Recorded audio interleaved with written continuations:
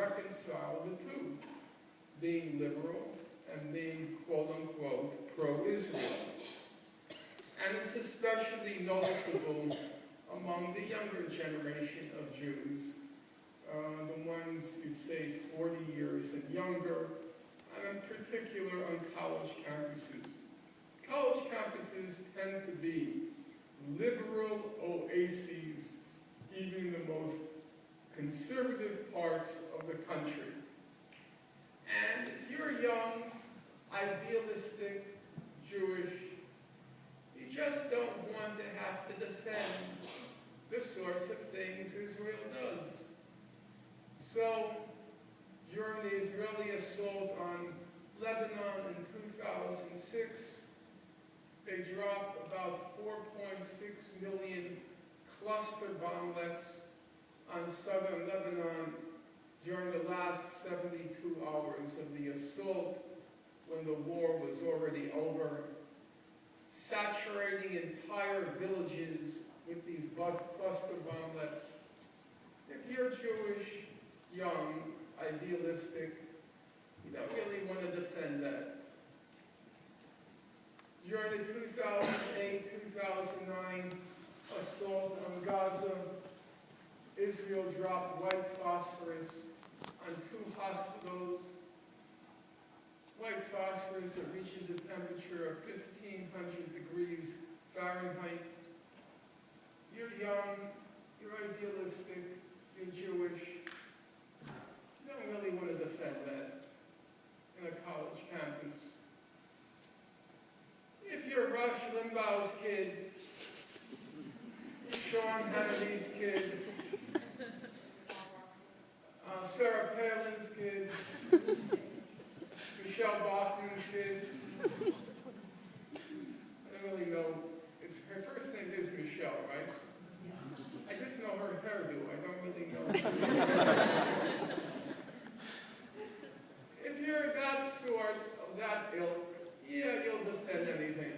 You'll defend breaking the kneecaps of grannies. That's their thing. But it's not a Jewish thing. And so even among Jews, the public opinion is changing.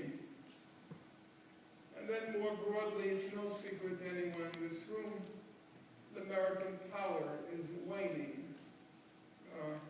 It just doesn't get its way the way it once did. It doesn't just give marching orders to the rest of the world, and everybody just follows blindly. Doesn't mean that U.S. power has collapsed. Obviously not. It's the most powerful country on earth. But it's not what it once was. And for our purposes, it means, insofar as the United States, its support for Israel, has been the main obstacle to resolving the conflict, it means that so far as U.S. power is declining, it means new opportunities to force the American hand. Well, there seem to be, as I said, new opportunities. No certainties, because there's nothing certain, but there are opportunities. But then the obvious question arises, opportunities for what? What should be our goal? How should we position ourselves so we can take advantage of those opportunities? If we demand what's unreasonable and unrealistic, nothing will come of it. If we demand what's too reasonable and too realistic, we might get it, but it won't mean very much for the victims.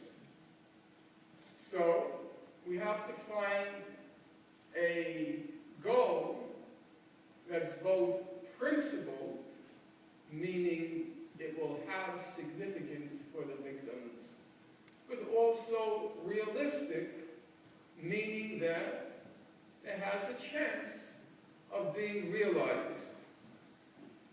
So how do we set that goal? That's the tough question.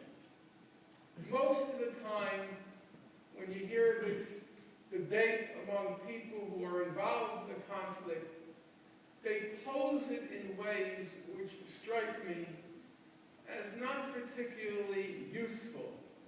The typical question is, do you support one state or two states? Every conversation on Israel and Palestine comes around to that inside of a half minute, the blink of an eye. Most guys blink faster than a half minute, I know, that's perfectly chosen. They come around that question as if politics were about what you believe, or as if it were like a Chinese menu. I'll take one from column A and two from column B. That's not politics. That may be your personal preference, to which, of course, you're entitled, but it has nothing whatever to do with politics. Okay, if it has nothing to do with politics, what is politics? And here I think it's useful to look at one expert practitioner in the art of politics, somebody with a shrewd eye, a keen mind, and somebody who was deeply steeped, immersed in politics for the better part of a half century, namely the Mahatma, Mr. Gandhi.